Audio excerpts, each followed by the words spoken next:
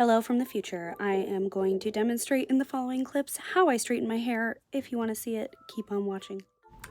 So as you can see here, my natural hair is pretty wavy. I'm also prone to frizz. Humidity really affects me. I'm definitely wavier underneath and straighter on the top. I don't know if that's just because of the weight of my hair. When I do straighten, I like to straighten in between 350 and 395, definitely keeping it under 400 degrees, even though the straightener that I'm using in this video goes up to 450. I don't need it that hot to get my hair really straight. Just find a heat level that works the best for your hair, as going as low as possible while still being able to achieve the straightness level that you'd like. Now here I'm sectioning my hair. I'm able to leave pretty large sections down when using this comb that I'm about to use, just simply because it works so well at flattening the hair out and making sure that each strand is getting a even level of heat. So after I detangle, take the comb, place it onto the hair and clamp it down. And then I follow the comb with the hair straightener while keeping both clamped down. Now, if you've brushed your hair out thoroughly beforehand, you shouldn't run into any snags.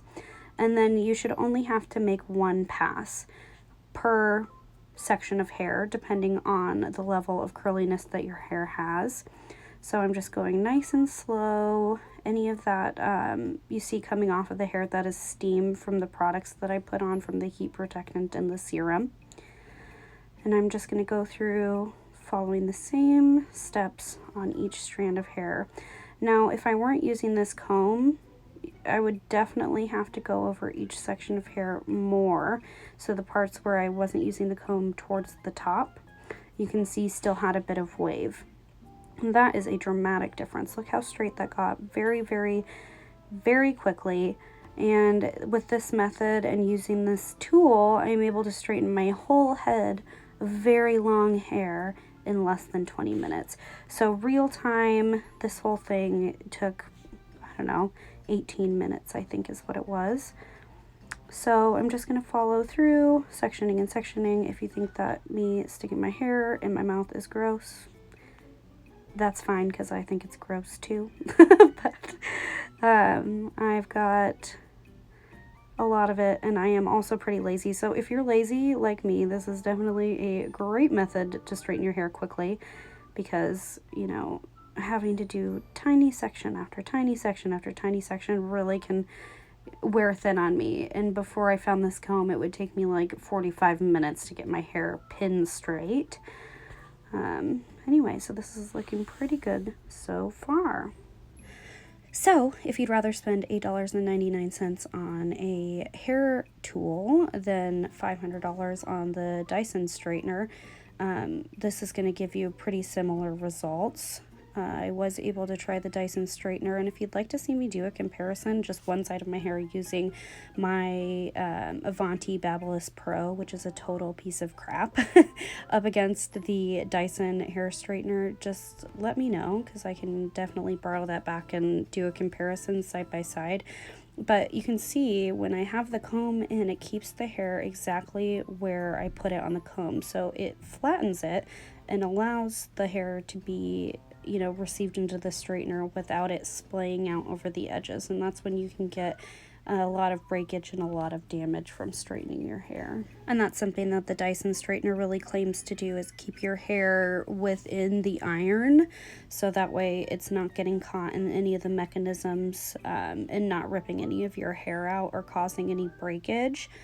So yeah, this works just as well, I think, in my opinion. And if you can't afford it and you really want to get nice, soft, pin straight hair, and you straighten your hair often, this is just something that's going to help you avoid having a lot of breakage, which I definitely experienced a lot before I started using that. Look how silky. Gorgeous.